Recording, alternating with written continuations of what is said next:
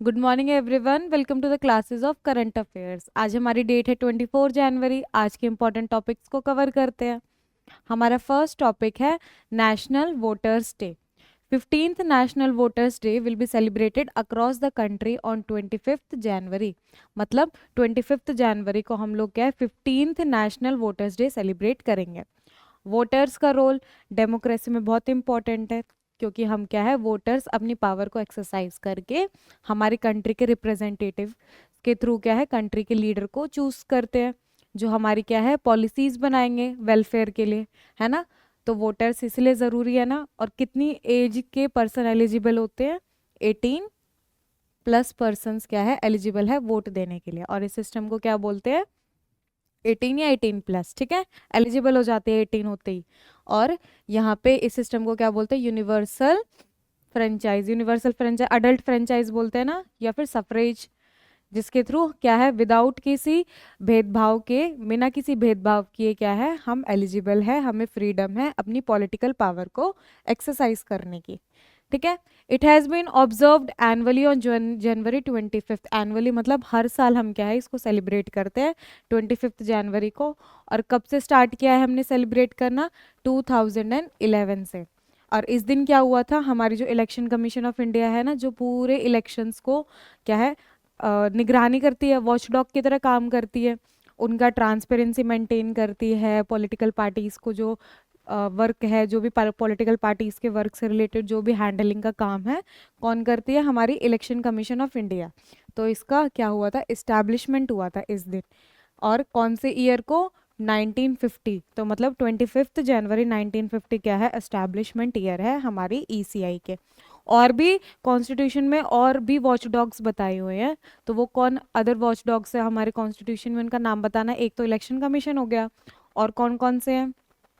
A day before India became a republic. मतलब India के Republic बनने से एक दिन पहले। रिपब्लिक क्या है? मतलब हमारा जो स्टेट का कंट्री का हेड होगा वो इलेक्टेड रिप्रेजेंटेटिव होगा, ना कि कोई हेरिडिटरी मोनार्क, ठीक है।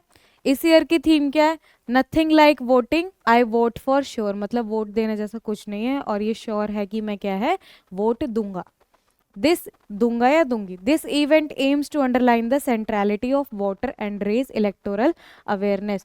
लोगों में क्या है इलेक्टोरल प्रोसेस के प्रति अवेयरनेस फैलाना है, रिकॉर्ड्स को सेंट्रलिटी मेंटेन कर दिया, जिससे क्या है वोट गिविंग प्रोसेस हमारा स्मूथली कंडक्ट हो जाए, ठीक है।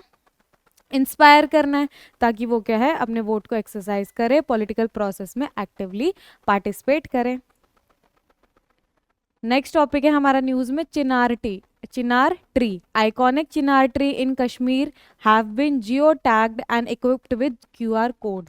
क्या है? उनके ऊपर क्यूआर कोड प्लेस किया गया है, किस लिए? ताकि उनका क्या है प्रोटेक्शन कर पाए डिजिटल मेथड्स का यूज करके। Of the valleys heritage tree, और ये क्या है एक हेरिटेज है, क्योंकि क्या है चिनार ट्री एक अलग से यूनिकनेस प्रोवाइड करता है ना कश्मीर के फुटहिल्स में, जो हमारा हिमालयस की फुटहिल्स के अराउंड वाला एरिया है। साइंटिफिक नेम क्या है चिनार ट्री का? प्लेटेनस ओरिएंटालिस, ठीक है। अदर्स नेम के अदर नेम्स क्या है? Also known as oriental plane tree, maple tree, and locally it is known as Boin. ये क्या है इसके अदर नेम्स है। It is a large well spreading deciduous tree है। कैसा है? डेसिडियस ट्री है। डेसिडियस अलग अलग टाइप्स के होते हैं ना, एवरग्रीन होते हैं, मॉइस्ट होते हैं, डेसिडियस। तो ये क्या है? डेसिडियस ट्री है। और इसकी हाइट कितनी चली जाती है? 30 मीटर्स, एंड गिर्थ कितनी चली जाती है? 10 to 15 मीटर्स ग्राउंड लेवल से, ठीक है। चिनार ट्री की कैरेक्टरिस्टिक्स क्या है? ये ईस्टर्न हिमालय रीजन्स में हमें मिलते हैं, स्प्रेड वाइट अक्रॉस, जहाँ पे कूल क्लाइमेट हो और ग्रो करने के लिए सफिशिएंट वाटर अवेलेबल हो। तो इसकी क्लाइमेटिक कंडीशंस क्या होना चाहिए? कूल क्लाइमेट और सफिशिएंट रेनफॉल इसको मिलनी चाहिए।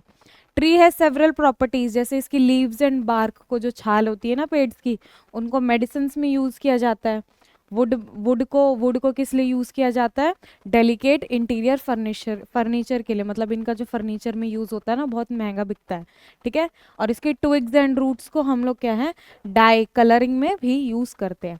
ये जियो टैगिंग से क्या होगा कि हम लोग ना अप्रोक्स 25 कैरेक्टरिस्टिक्स है ना, फिर 25 फीचर्स है जो पेड़ के, उसको रिकॉर्ड कर सकते हैं। जैसे कि क्यूआर कोड से हम लोग क्या है उसकी लोकेशन, जोग्राफिकल लोकेशन को ट्रेस कर सकते हैं, उसकी एज, उसका ग्रोइंग पैटर्न, उसको कोई हार्म तो नहीं है ना, उसको कोई वल्नरेबिलिटी तो नहीं है, ये सारी चीज़ों को हम क्या है ट्रैक कर सकते हैं क्यूआर कोडिंग की मदद से।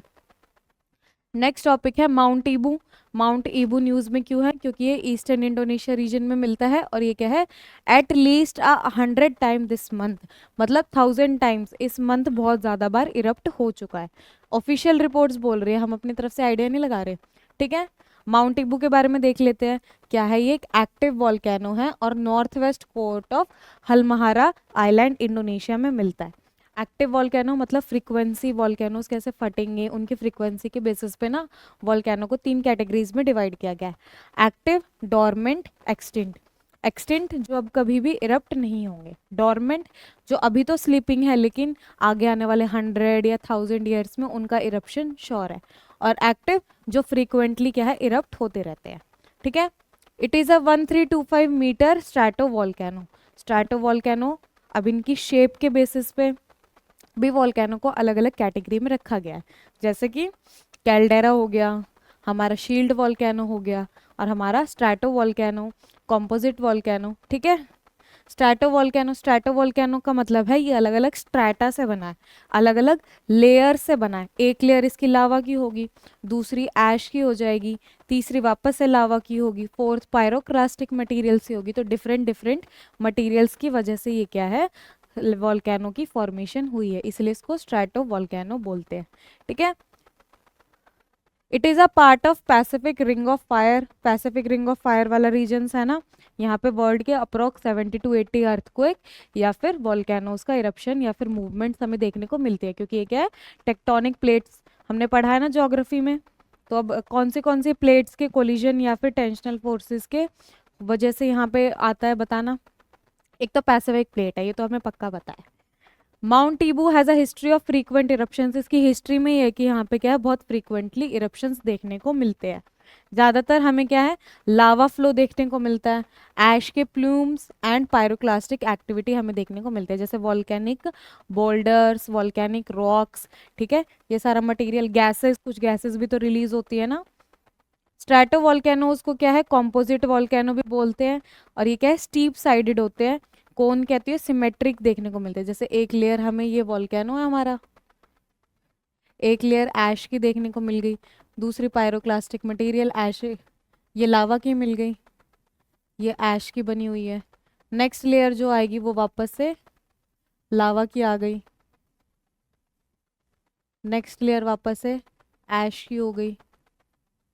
एशेज ये नहीं है कि मुट्ठी भर एशेज निकले, जब एक वॉल्केनो इरप्ट होता है ना तो बहुत ज़्यादा किलोमीटर्स तक क्या है एशेज फ्लो करती है, एशेज इरप्ट होती है, ठीक है।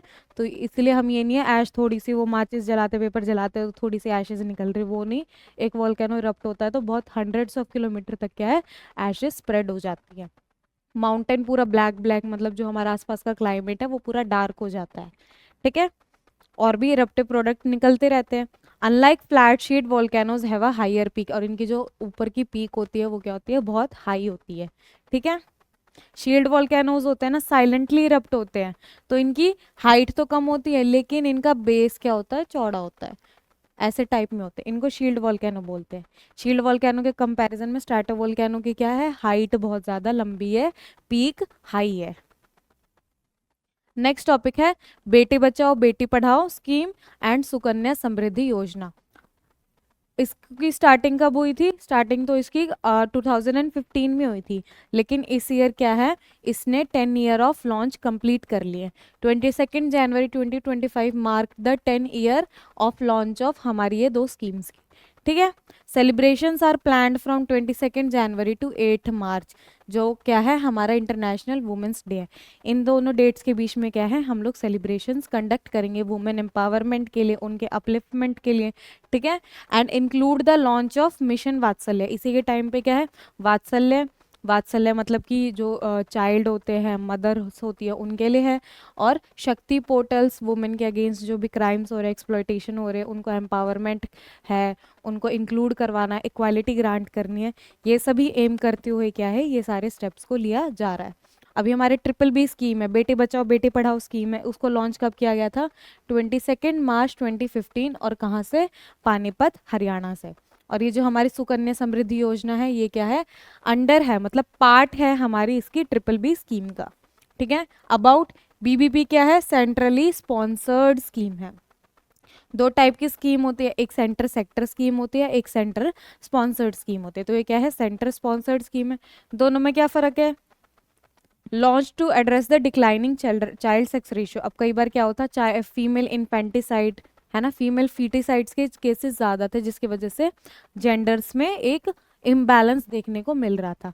तो अब क्या है, फीमेल्स का चाइल्ड सेक्स रेशियो को इम्प्रूवमेंट करवाने के लिए और साथ में gender based sex selective elimination हो रहा था ना, मतलब कि बेटा चाहिए, बेटी को मार रहे थे, तो वो क्या था, सेक्स सिलेक्टिव एलिमिनेशन कर रहे थे। अगर फीमेल हो रही है तो उसको क्या है, हम लोगों ने अबॉर्शन करवा दिया या फिर उसको मार दिया, ये सारे एलिमिनेशन मेथड्स को रोकने के लिए, और फिर फीमेल के सर्वाइवल को प्रमोट करने के लिए, उनकी प्रोटेक्शन को और साथ के साथ उनकी एजुकेशन को प्रमोट करने के लिए क्या है, गवर्नमेंट ने ये सारे स्टेप्स लिए हैं। क्वेश्चन पे आ जाते हैं। हमारा क्वेश्चन है, startup India scheme was marked has marked 9 years of completion. मतलब हमारी स्टार्टअप इंडिया स्कीम थी ना, इसको क्या है, 9 ईयर्स हो गए कंप्लीट हुए। तो इसको कब लॉन्च किया गया था, 2016 ईयर का तो आइडिया लगा लेंगे, लेकिन डेट बतानी है।